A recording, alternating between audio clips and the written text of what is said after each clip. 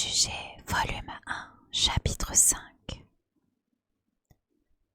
À peu de distance à pied de Longbourn habitait une famille avec laquelle les Bennet entretenaient des relations étroites.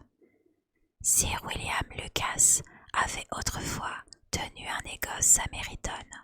Il y avait amassé une fortune non négligeable, et il avait été élevé au titre de chevalier à la suite d'une adresse au roi, durant le temps où il était le maire. Cette distinction l'avait peut-être marqué trop profondément. Il en avait conçu du dégoût pour ses affaires et pour sa résidence dans un petit bourg. Quittant tout cela, il avait élu domicile avec sa famille dans une maison située à environ un quart de lieue de Meryton et désormais connue sous le nom de pavillon de Lucas, où il pouvait agréablement rêver à sa dignité et libéré des contraintes du commerce, consacrer la totalité de son temps à se montrer aimable avec tout le monde. En effet, son rang, il l'avait enflé d'orgueil, ne l'avait pas rendu méprisant. Au contraire, il multipliait les politesses à l'égard de chacun. Par nature, il était dénué de méchanceté, amical, obligeant. À ses qualités, d'être présenté à St. James avait ajouté la courtoisie. Lady Lucas était une femme très bonne, dont la finesse d'esprit n'était pas telle qu'elle ne pût faire une voisine appréciable à Madame Bennet. Ils avaient plusieurs enfants. La plus âgée de tous, une jeune femme pleine de bon sens et d'intelligence, qui avait dans les 27 ans, était l'amie intime d'Élisabeth. La nécessité d'une rencontre entre les demoiselles Lucas et les demoiselles Bennet pour parler du bal de la veille ne se contestait pas. Le matin qui suivit l'assemblée fit les premières venir à Longbourn pour entendre les opinions des secondes et communiquer les leurs. « Tu as bien commencé la soirée, Charlotte, dit Madame Bennet à Mademoiselle Lucas, en taisant poliment ce qu'elle en pensait. C'est toi que M. Bingley a d'abord choisi. Certes, mais il a paru préférer le second de ses choix. Ah oui, tu penses à Jane, je suppose, parce qu'il a dansé 2 fois avec elle. À coup sûr, il paraissait l'admirer. En réalité, je crois bien qu'il l'admirait vraiment. Quelque chose à ce sujet m'est venu aux oreilles, mais je ne pourrais pas dire quoi. Quelque chose qui concernait Madame Robinson. Peut-être avez-vous à l'esprit ce que j'ai entendu d'une conversation entre M. Robinson et M. Bingley. Ne vous en ai-je pas parlé?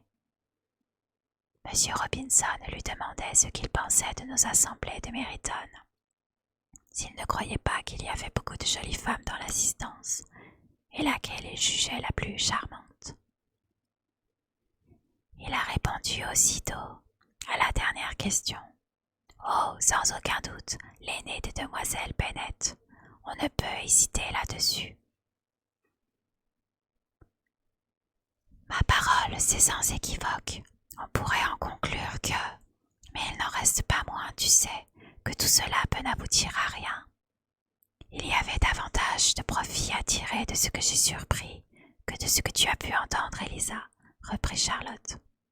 Il ne vaut pas la peine de prêter l'oreille à M. Darcy, autant qu'à son ami, n'est-ce pas? Pauvre Elisa, n'être que pas mal. J'aimerais que tu n'ailles pas lui mettre en tête de se chagriner des mauvais procédés de cet homme. Il est si déplaisant que le malheur serait de lui plaire. Madame Long me disait hier soir qu'il était resté assis près d'elle une demi-heure sans desserrer les dents. En êtes-vous absolument sûre, ma chère? Intervint Jane. N'y a-t-il pas une petite erreur? Je suis certaine d'avoir vu M. Darcy lui parler. Oui, parce qu'elle a fini par lui demander son opinion sur Netherfield. Il ne pouvait pas ne pas lui répondre. Mais elle m'a dit qu'il avait l'air très fâché de se voir adresser la parole.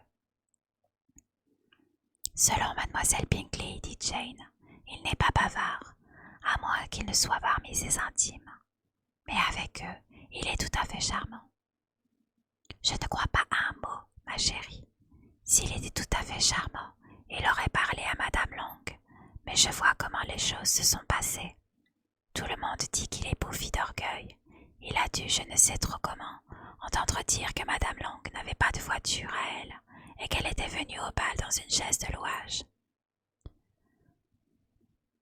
Je ne lui en veux pas de ne pas avoir parlé à Madame Long, observa Charlotte, mais je regrette qu'il n'ait pas dansé avec Elisa. Une autre fois, Lizzie lui conseilla sa mère. À ta place, je refuserais de danser avec lui. Je crois, ma mère, pouvoir vous promettre de ne jamais être sa cavalière.